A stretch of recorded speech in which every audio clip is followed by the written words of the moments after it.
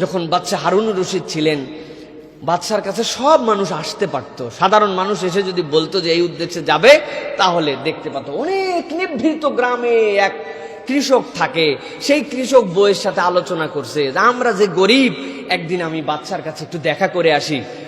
তো দেখা করতে যে যাবে, সবাই তো বাদশার জন্য তার সাধ্য অনুযায়ী কিছু না কিছু হাদিয়া নিয়ে যায়। আমরা কি নিয়ে যাব? আমরা যে গরিবের গরিব। তো ওই কৃষকের বউ বুদ্ধি দিছে যে আমাদের এখানে তো একটা সুন্দর ঝর্ণা আছে, ওই ঝর্ণার থেকে আমরা কলসিতে করে পানি ধরে খাই, পানিটা কত সুস্বাদু। তুমি কিচ্ছু না, আমাদের কলসি ভর্তি যে পানি আছে এই পানি নিয়ে যাও। বাদশা কোথায় এত মিষ্টি পানি পাবে, এইটা পাইলেই বাদশা খুশি হয়ে যাবে। এখন গরিব মানুষের কলস ভিতরে যে কতদিন ধোয় না, সে তো আর জানে না। যে অবস্থা, ওর মধ্যে কলসি ভরায়া মাথায় করে নিয়ে রওনা হয়েছে। আস্তে আস্তে অনেক দিন লেগে গেছে। পথের মধ্যে ধুলা, বালু, রোদ, গরম, বৃষ্টি, ঠান্ডা সব আবহাওয়া পাইছে, কিন্তু মাথার মধ্যে করে কলসি নিয়ে আসছে। বেচারি কলসি নিয়ে এসে রাজ দরবারে হাজির হওয়ার পরে বাদশার সামনে পেশ করছে। যে বাদশা বলে, তুমি আমার জন্য কি নিয়ে আসছো এত কষ্ট করে? বলে, আমাদের এলাকায় যে মিঠা পানি, যে সুন্দর পানি, আপনার এখানে কোথায় এই পানি পাবেন? এই জন্য আপনার জন্য আমি পানি হাদিয়া নিয়ে আসছি। বাদশা ঢাইলে দেখে 15 দিনের কারবার, তো ভিতরের পানি আর পানি নাই, গন্ধ।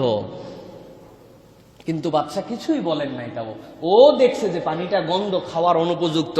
কিন্তু বাদশা বলছেন যে এই পানিটা আমার বাড়ির মধ্যে নিয়ে যায় রেখে দিয়ে, ওই কলসি ভর্তি আশরাফি দিয়ে তাকে এই কষ্ট করে যে আসছে হাদিয়া উপঢৌকন দিয়ে তারে বিদায় করে দাও। আর উনারে একটু আগায়া যাওয়ার সময় দজলা নদীটা দেখায় তোমরা বিদায় করে দিবে। যেই লোকরে বলছে আশরাফি দিতে, তারা বলছে দজলা নদীটা দেখায় বিদায় করে দিবে। এখন ওই বেচারির আশরাফি ভর্তি করে দিছে ওই কলসিতে, মাথায় করে নিয়ে যাওয়াই মুশকিল। যেই লোক নিয়ে যাচ্ছে, যাওয়ার পরে বলছে, আপনাকে তো বাদশা এই নদীটা দেখাতে বলছিলেন, এটাই হচ্ছে দজলা নদী। দজলা নদীর দেখে আমার মাথা খারাপ, যে সুবহানাল্লাহ, ওইখান থেকে পানি টেনে নিয়ে আসছে, এই যে পানি স্বচ্ছ, এই যে পানি দেখতে সুন্দর, তারপরে আমার এটা নিয়ে আসার কোনো মানে হয়? আবেগ আপ্লুত হয়ে ওই সাথের লোকরে জিজ্ঞাসা করছে, ভাই এইরকম পানি বাদশার পাশে আছে, আমি এত দূর থেকে পানি আনলাম, আমার পানিও গেছে গন্ধ হয়ে, তারপরেও বাদশা আমার এই আশরাফি দিল কি জন্য? আমার তো হিসাবে কিছু পানিশমেন্ট দেওয়ার কথা। তো তখন বলছে যে, ভাই তোমারে বুঝানোর জন্য বাদশা পাঠাইছেন যে বাদশার ভান্ডারের স্বচ্ছ পানি আছে, আর তোমারে কেন এটা দিছে? যে তুমি মহব্বত করে, ভালোবেসে, বাদশাকে কলিজা দিয়ে, আন্তরিকতা দিয়ে তোমার যা সামর্থ্য আছে ততটুকুই মাথায় করে টেনে আনছো। বাদশা এইটাকে পছন্দ করছেন, পানি পছন্দ করে তোমার এই হাদিয়া দেন নাই। ইমাম জালালউদ্দিন রুমি বলতেছেন, দুনিয়ার বান্দা, ইবাদতটা তুমি আল্লাহর জন্য করতে থাকো, আন্তরিকভাবে করতে থাকো। আল্লাহর ভান্ডারে যে দজলা ফুরাতের পানি আছে, আল্লাহর বান্দার ইবাদত লাগবে না। কিন্তু বান্দা যদি আগ্রহ করে তার কাছে হাজির হয়, তাতে ময়লাও থাকে, তাতে যদি নোংরাও থাকে, বান্দা যদি পুরোপুরি চেষ্টা করার পরে নাও পারে, আল্লাহ বান্দাকে এত খুশি হন যে আল্লাহ রাব্বুল আমিন ওই বান্দার ওইটাকে কেবল কবুলই করেন না, বহুগুণ বাড়ায়া বান্দাকে দিয়ে দেন। আল্লাহ রাব্বুল আমিনের পরে বলছেন, দুনিয়ার মানুষকে শিক্ষা দিচ্ছেন, আগেই জানিয়ে দিচ্ছেন। পয়েন্টটা সবসময় মনে রাখবেন, দুনিয়ায় আমাদের 4টা অবস্থা থাকবে, আর একটা থাকবে ওইগুলাকে বৃদ্ধি করার জন্য। মনে আছে তো?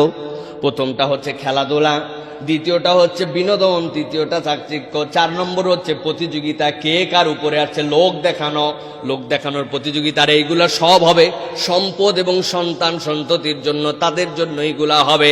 আল্লাহ বলছেন, এর সাথে উদাহরণ দিলাম, বান্দারা তোমাদেরকে ভয় পেতেও দেখালাম, দুনিয়ার জীবন সম্পর্কে সতর্কও করলাম। এখন আল্লাহ বান্দাকে ডাক দিচ্ছেন, সাবিকু ইলা মাগফিরাতিম মির রাব্বিকুম ওয়া জান্নাতিন عرضها كعرض السماء والأرض أعدت للذين آمنوا بالله ورسله ذلك فضل الله يؤتيه من يشاء والله ذو الفضل العظيم الله رب العالمين বলছেন, সাবিকু ইলা মাগফিরাতিম মির রাব্বিকুম, ও আমার বান্দারা দুনিয়ার এই জীবন তোমাকে তো জানাই দিয়ে রাখলাম বান্দা, প্রকাশ করে দিলাম দুনিয়া তোমাকে কোন কোন পয়েন্টে আকর্ষণ করতে পারে। এই আকর্ষণ যখন হবে বান্দা, ওই সময়টুকু আল্লাহ রাব্বুল আমিনকে ভুলে যেও না। মানুষ মাত্রই আকর্ষণে পড়বে, মানুষ মাত্রই তার মধ্যে এই ফিলিংসটা তৈরি হবে, কিন্তু বান্দায় আকর্ষণে একবারে ডুব দিও না, বরং এই দুনিয়াটাকে মাজরাউল আখিরা, পরকালের কর্মস্থল হিসাবে যতটুকু পারো আল্লাহর জন্য নিবেদন করো।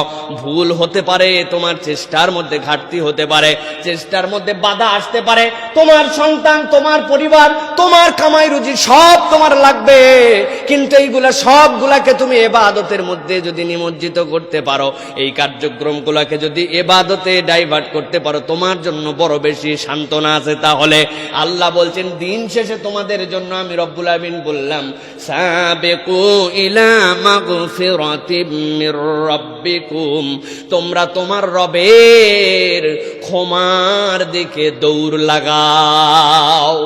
তোমার রব তোমাদেরকে ক্ষমা করতে চান, এই জন্য তোমাদেরকে ডাক দিয়েছেন সাবিকু ইলা মাগফিরাতিম মির রাব্বিকুম।